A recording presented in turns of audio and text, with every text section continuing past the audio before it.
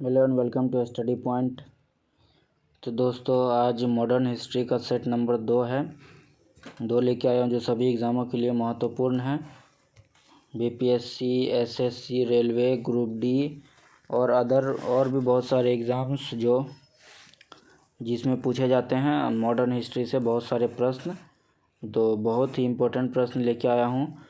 तो चलिए इसे देख लेते हैं और इस वीडियो को आप गौर से देखें। और इस चैनल पे आप नए हैं तो इस चैनल को सब्सक्राइब कर दें और बेल आइकन दबा दें। चलिए शुरू करते हैं मॉडर्न हिस्ट्री का सेट नंबर 2। तो पहला क्वेश्चन है हमारा, चटगांव शस्त्रागार कांड के नायक कौन थे। तो चटगांव शस्त्रागार कांड के नायक कौन थे। तो ये थे सूर्यसेन, ऑप्शन सी सूर्यसेन थे। और ये कब हुआ था। तो ये हुआ था 18 अप्रैल 1930 को। चटगांव शस्त्रागार कांड कब हुआ था। तो ये हुआ था 18 अप्रैल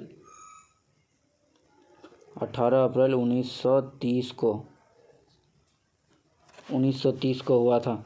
वर्तमान में चटगांव बांग्लादेश का हिस्सा है। चटगांव जो है अब वर्तमान में बांग्लादेश का हिस्सा है। नेक्स्ट क्वेश्चन नंबर 2 है, नील दर्पण नाटक के द्वारा दीनबंधु मित्र ने किसकी दयनीय स्थिति को दर्शाया है। तो किसकी दयनीय स्थिति को दर्शाया नील दर्पण नाटक के द्वारा। तो ये दर्शाया गया नील की खेती करने वाले किसानों की स्थिति को। ऑप्शन बी नील की खेती करने वाले किसानों की स्थिति को दर्शाया गया है। यह नाटक 1860 में प्रकाशित किया गया था। यह नाटक 1859 ईस्वी में नील विद्रोह से संबंधित था। 1860 में इसे प्रकाशित किया गया है। 1860 में प्रकाशित किया गया है।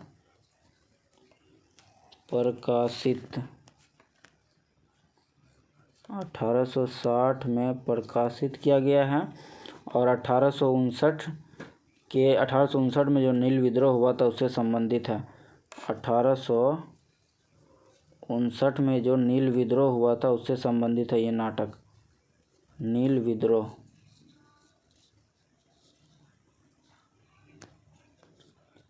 विद्रोह से संबंधित है ये नाटक।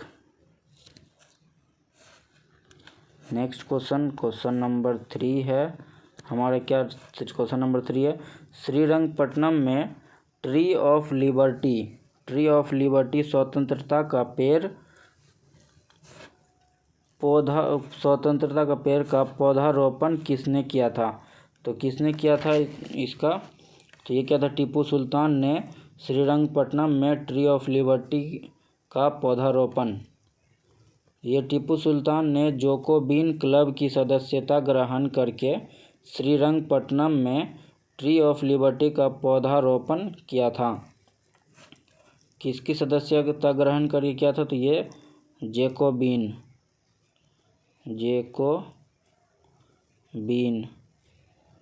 जेकोबिन की सदस्यता ग्रहण करके किया था टीपू सुल्तान ने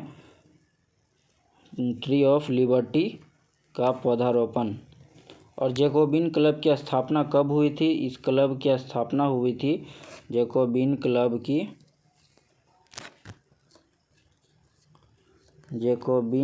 की स्थापना हुई थी 1794 में। 1794 में हुई थी जेकोबिन क्लब की स्थापना, फ्रांसीसियों द्वारा की गई थी।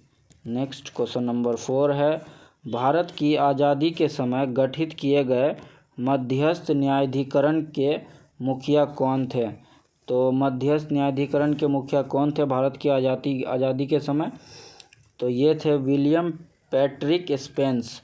Option B William Patrick Spence जो है भारत की आज़ादी के समय मध्यस्थ न्यायाधिकरण के मुखिया थे। नेक्स्ट क्वेश्चन नंबर 5, किस वर्ष तक सिविल सेवाओं में नियुक्तियां केवल ईस्ट इंडिया कंपनी के निदेशकों द्वारा ही की जाती थी। तो किस वर्ष तक ये की जाती थी। तो ये 1853 तक सिविल सेवाओं में नियुक्तियां जो है केवल ईस्ट इंडिया कंपनी के निदेशकों द्वारा की जाती थी। नेक्स्ट क्वेश्चन नंबर 6, 1905 में बंगाल के विभाजन के बाद बंगाल में कई आंदोलन हुए, जैसे बहिष्कार, स्वदेशी, राष्ट्रीय शिक्षा इत्यादि। इनमें से बहिष्कार आंदोलन किससे प्रेरित था? तो बहिष्कार आंदोलन किससे प्रेरित था? तो ये चीनी लोगों द्वारा अमेरिकी वस्तुओं का बहिष्कार से प्रेरित था। ऑप्शन बी, बहिष्कार आंदोलन जो है चीनी लोगों द्वारा अमेरिकी वस्तुओं का बहिष्कार से प्रेरित था। नेक्स्ट क्वेश्चन नंबर 7 है, कूका आंदोलन। कूका आंदोलन के बारे में कौन सा कथन सही है? तो कूका आंदोलन के बारे में कौन सा कथन सही है? तो कूका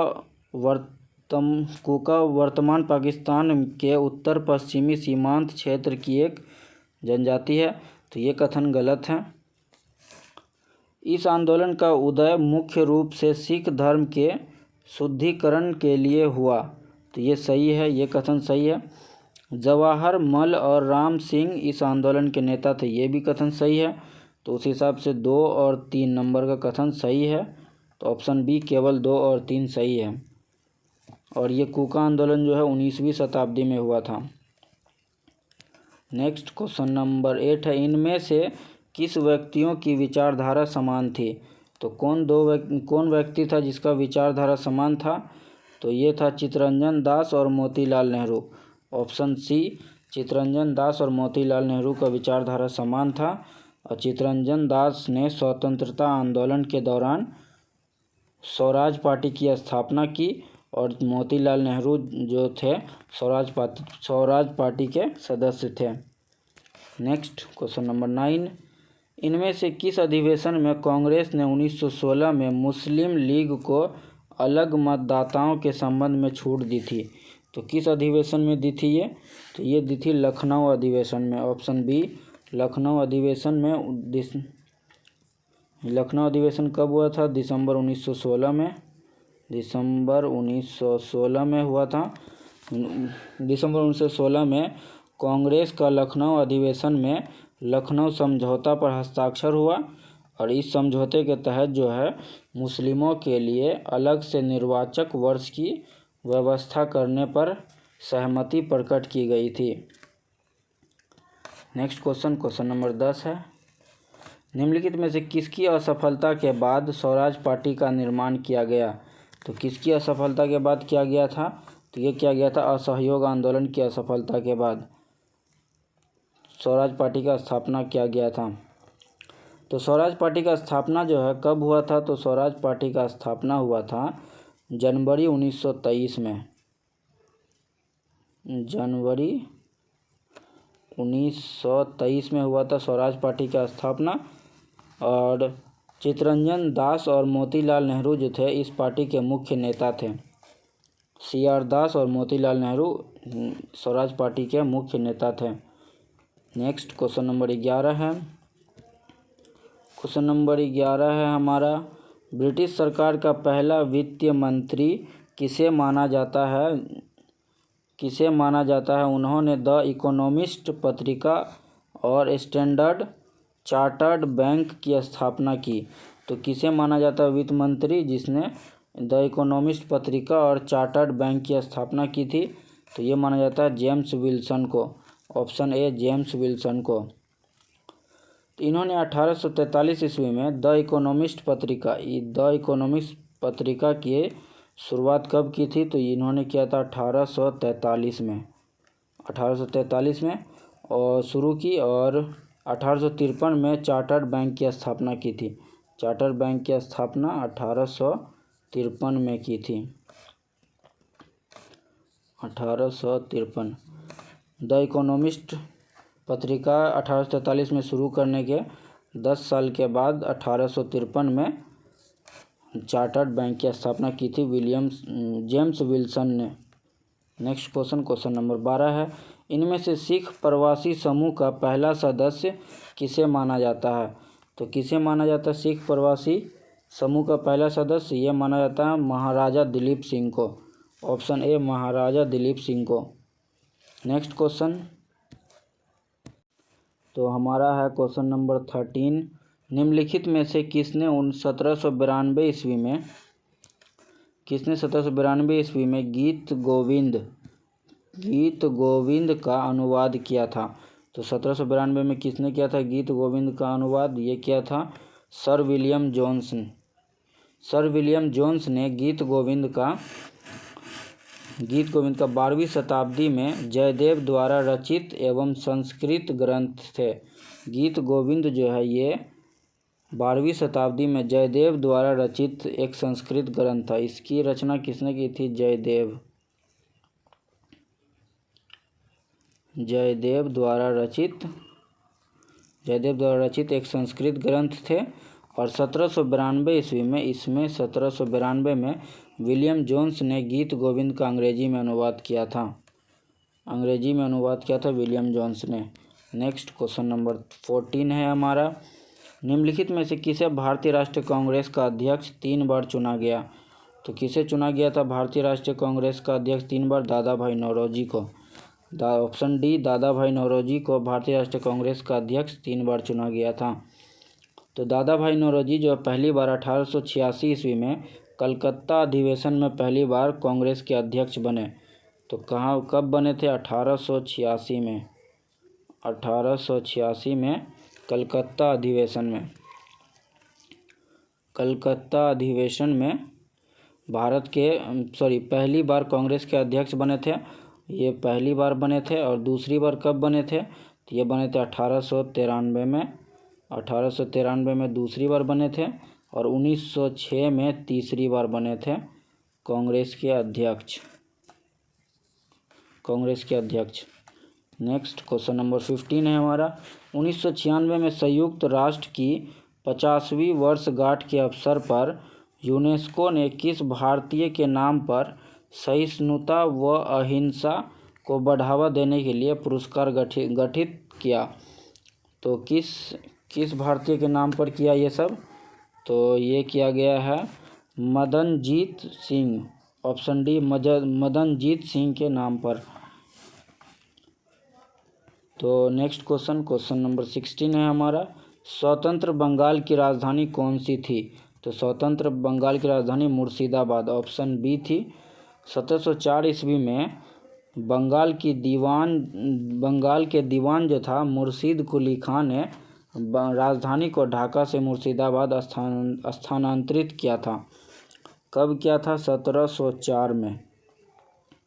1704 में जो बंगाल का दीवान था मुर्शीद कुली खान, इन्होंने राजधानी को ढाका से मुर्शिदाबाद स्थानांतरित किया था। ढाका से मुर्शिदाबाद स्थानांतरित किया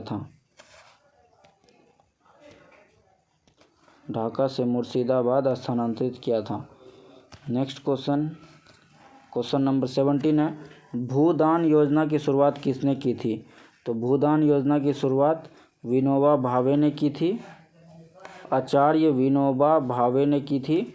कब की थी? तो 1951 में की थी भूदान योजना की शुरुआत आचार्य Vinoba Bhave. Next question number 18 है, अपने पिता की हत्या का प्रतिशोध लेने के लिए किसने खालसा नामक सेना की स्थापना की थी? तो किसने की थी खालसा नामक सेना की स्थापना? तो ये की थी गुरु गोविंद सिंह ने। तेग बहादुर जो थे, तेग बहादुर गुरु गोविंद सिंह के पिता थे। और इनकी इस्लाम कबूल नहीं करने के कारण औरंगजेब ने तेग बहादुर को मरवा दिया था। तो इसी का बदला लेने के लिए, प्रतिशोध लेने के लिए गुरु गोविंद सिंह ने खालसा नामक सेना की स्थापना की थी। नेक्स्ट क्वेश्चन नंबर 19 है, डच का पहला बेड़ा भारत कब पहुंचा? तो डच का पहला बेड़ा भारत 1595 में पहुंचा था। ऑप्शन डी, 1595 में। डच की उपस्थिति भारत में 16वीं शताब्दी से लेकर 1825 तक भारत में रही। 16वीं शताब्दी से लेके 1825 तक भारत में डच लोग रहे थे। डच ने सबसे पहले पुलिकट में स्वयं को स्थापित किया। सबसे पहले डच लोग कहाँ स्थापित हुए थे? तो ये हुए थे पुलिकट में। नेक्स्ट क्वेश्चन नंबर 20 है हमारा, निम्नलिखित में से लॉर्ड माउंटबेटन का सर्वाधिक विवादास्पद कार्य कौन सा था? तो लॉर्ड माउंटबेटन का सर्वाधिक विवादास्पद कार्य कौन सा था? तो ये था इसका कार्य शक्तियों के हस्तांतरण की तिथि को जून 1948 से पहले 1947 कर देना। शक्तियों का हस्तांतरण की तिथि जो थी वो जून 1948 था और इन्होंने 1947 कर दिया था। तो ये माउंटबेटन का विवादास्पद कार्य रहा था। तो दोस्तों सेट मॉडर्न हिस्ट्री का सेट नंबर 2 कंप्लीट हुआ।